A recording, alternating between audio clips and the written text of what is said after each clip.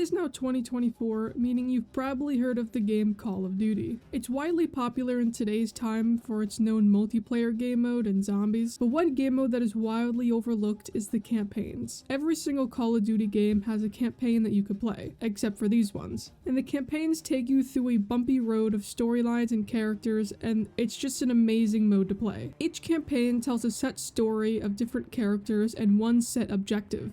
Each campaign has one big bad that you have to defeat by the end of the game, and the missions that you have to do along the way are sometimes amazing. So in this series, I'm going to be going over and reviewing every single Call of Duty campaign. But in order to do that, we need to go back to the very first Call of Duty. So in this video, I'm going to be reviewing Call of Duty.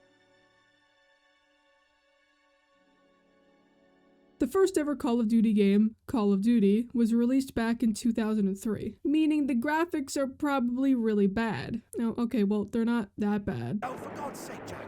It's the biggest forest in Normandy. Pay attention. I am. It's not there. Well, perhaps they moved it.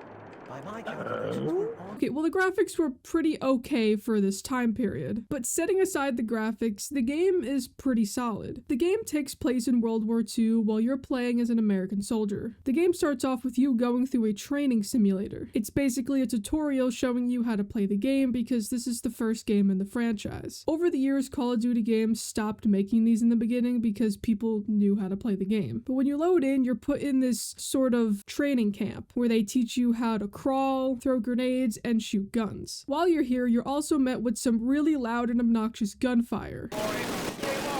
But once you complete this course, you're set off into the war.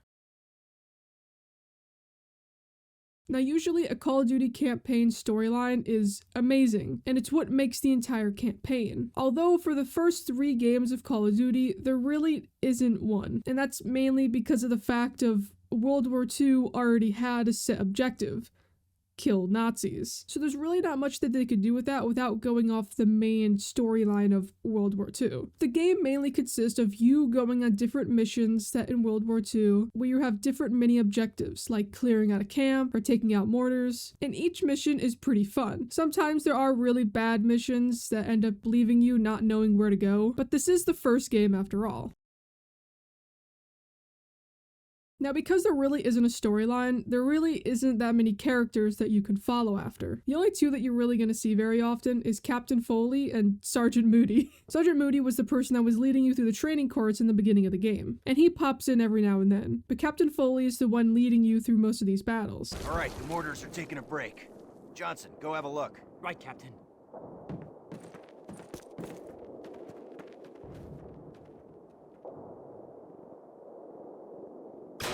Got him. Damn.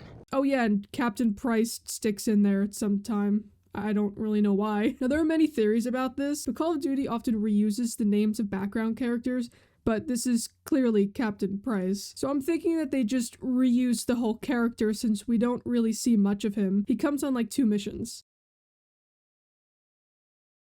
The gameplay in Call of Duty is a bit dodgy to say the least. There is no sprinting, there is no sliding, you just have to work with what you're given. As for the weapons, I think they're pretty good. Unlike Call of Duty's today, you get actual weapons that are featured off realistic weapons. If you go play Black Ops 3, you're not going to find any realistic weapons that you're going to see in today, unless you're watching this in 2065. So using guns in a game that are based off of their actual counterparts in real life is pretty cool. There is only a handful of weapons. I think there's like 1 sniper, 2 machine guns, and 2 rifles, but that's enough to get the job done. Every so often you have to pick up a rocket launcher as well to take out a tank. But there's one gun that I want to talk about in particular, and that's the MG42. Now, these are the mounted guns that you could find somewhere on Windows or on little sandbags. Now, you can use these guns. The only problem is you can't see shit. The whole point of this gun is to rapid fire it, and when you're doing that, you can't see anything. So instead you have to tap fire it, which kind of defeats the whole purpose of the gun. But nonetheless, it's a pretty cool gun to use. When you're on the other side of it, however,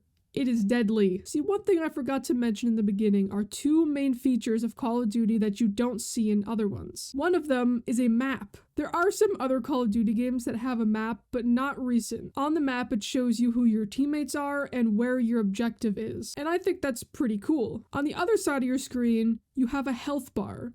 something that's only in one other Call of Duty game. All the other Call of Duty games have a system where if you get shot a couple times, your screen will turn red and bloody and you'll have to take cover in order to regenerate. Not in this game, you have a health bar, and the only way to get this health bar up again is to find medkits around the mission. Now you can often find them in buildings or in camps, and you could find them pretty often, but once you take a lot of fire and lose a lot of health and there's no more medkits, eventually you would just have to abandon the mission and restart over. Now how the health bar works is you can only be shot around 4 times before you're just dead. So when you stroll up to an MG42 that shoots 21 bullets per second, you're pretty much dead before you even get a chance to shoot at it. So with these, you really want to try and sneak up from the side or from behind. The gunfire sounds are also really bad. They kind of all sound the same and they're really loud and obnoxious. And you kind of get annoyed of them after a while. But heading on over to the missions of the game, I think a lot of the missions are pretty cool. Some of the missions you're alone and you have to meet up with your group, and other missions you're pushing into a camp with your entire group, and other missions you have no idea what the hell you're doing, and you end up getting lost in the back rooms. The ending to the game is you pushing up and taking over a Nazi building in Berlin. Once you've done that, you wave a flag over the building and reign victory. So no, you don't get to kill Hitler, unfortunately, and he's not mentioned a lot in the game for some reasons. The last mission doesn't feel that different from other missions, so the ending isn't really amazing.